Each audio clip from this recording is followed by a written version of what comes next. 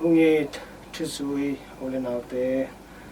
tuni pen misyang to Maximilian Kolbe ipoini ai ama pen tur khasa kiala som kwala li kumina Poland ama so hi anewla ina vision nakichi mangmuna khat nena to sunga tonu marian ama pen zi nei lovina pasian ki pekhing ya ti ai kele pasian a tina si na thori china ma tunga nget na nanehi baba bab ngena maina pasian lama han mama pasian tu adu mama ai sa harina Milicia Immaculata akichi kipona khat ong phuanina to kipona pen adhiak dekena mo nei mi te kisi kinadi china han chem takena hi kipona sunga na ong sem hi akitak changina tur khasa kwala som le khat kumina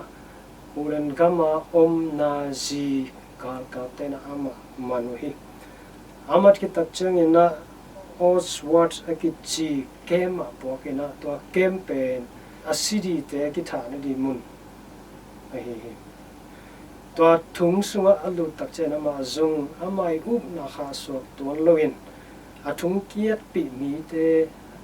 tunga henem na tampi tak napya hi ama hangna mi te na lunglop na nga ina ama hangna mi te na tha tampi tak pasien sunga nalawi amai gen kamal khata bang achete vai kamal khat bang hiam chile hatred is not a creative force muda na pen tha hilohi only love can create it na bekina eterina tha na ya hi china kamal hoi khat eterina ongen hi to again na to ki to kin ni khani dina amai thung kiat pi thung ta khat tai sim bai manina ama tangina ga kap tena mi som pelna to te tha dina na ko hi to atha na thuang di mi som tel laka pa pi sine sa ta jong ne sa khat pen happy huai kisaina azino seri atana seri hitai manina lungkham luina amu tak changina ama kenga bapaina nomo nang tangina ke nang muna ong sining nang tangina ong sining china ama muna bakipia ya hi to akipia khian na ma bangina amai nun ta na pen hi papi parina ong petak pina thung akipia khe tak chiang ina anle tui ki pelina Nipi ka ni sung thung sa ki hom chi pin pa ki tak chiang ina August ka som li ni ina satui to ki sun hi china tang thu sunga ki mo hi ama pen tu kha sa kwale som jale ni komina pop John Paul ni ina misyang tho china tang ko na anani hi pasien tung ka kilo ni te tunga lak zoi manera tu ni ina ama pen Paul pi na mi tu pi misyang tho na cham tu ni ma poi ni etena bo hi ai tak chen tu ni sim ram lai siang tho tom che khat en le hangina Pharisee mi te na to pai su kyang a hong pai na thu ka tong dong hi to a adu thu na bang hiam chi le chu khat to hang in mi khat in azi mak ding pen thu kham to ki to hiam china na dong hi mak na to ki sai to pai su kya hong dong hi to pai su na don ki na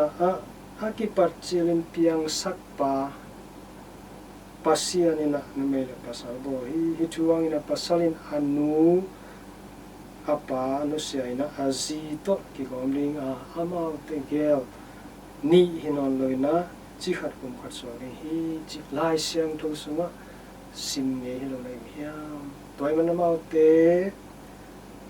ni hinon loina pum khat yu hi to chan pasian ni gom sa te ko man khen the lo hi chi thu to to pai suna tel takina kichian takina na ke hi utena te Christian nun ta na sunga numele pasal kitena ijipen marriage ijipen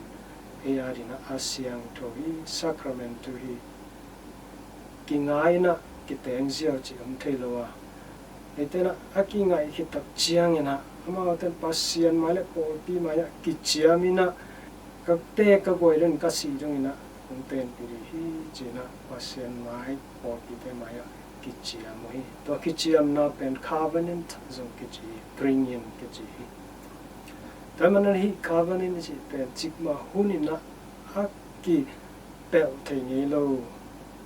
chikma huina a pe thelo among thelo covenant hi aizun tu hun tu lai takena Christian te sunga hi covenant chi asiano sacrament tu kite na sacrament tu te kitu pi ngai sut non lovina broken family akichi ki mark na pe na pi takena ong khang ta hi vai manina hi ki mark na ina pasiani dei ipe malena pasiani dei ina chikma hunina ki malori nupa na swakit na kwale pum khat sakat hi ta ne manana chikman ki ma thelo na te na koi dongna na si dongna no te om hom de china pasiani dei na hi tamana tuni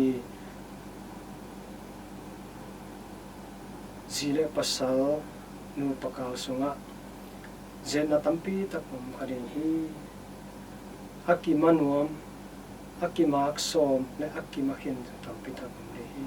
iki magna hangina kuwa ina thua hiam ta te na thua hi magazine khatsunga bang kichit ki athiam chi le naw pang za a som thum pen nu tom khom loi ke la pa tom khom lo hi ina omogi chi chinam naina hi in kwan zakhata som thum pen broken family in kwan kitam kham hi pen bahang hiam chile akki mak na khale khat kite na sacrament tu pi sak loina ki ma hi manena ki nusia hi manena chibana in kwan songa kitab kham na pi hi ni Christian in kwan te nule pa te hi kite na ina to pa Yesu I gen ma bangina akit pat chin paseni de na ina kuama ki mathelo kum khat sakati te aina tunina farse tena dot ki na Moses ina mangna lai pi aina masak theli loi hiam chin ton ki oi ain to pa su don ki na no te na nalung sim khau lo ai manina Moses na hi bana akhwan pi ai be hi aki pat chelin pasin de na tak takina ki mak ni pe na mai de na hi lo hi china tel tak na ke hi tamna te na te hi lai sang tho kamal tung to ni na tu ni in kuan akitam khamin kuan tam pi ta om khari to in kuan te dina tunina thakina tunge sangni lawangina akitam khamlia akithoi joymang pa sana zen na to akimanuam akimak som nu paka sung kilem lo kitu na to an akum in kwaram khali tuni to te to pa khasiang chuina ama te tunga thana pe ki kena kimak na ina doi mang pa de na hi pasen de na hi lo hi chi thin ama te I na te ki ko sakki kin ate agoi dong asi dong na asian tunga nu paka sunga kichita ken pasien to kichita in kuan te nu paka lai thene na tunina hi mai sana tu to ni na thalai na ma te na thu nget sak ni nung dam hi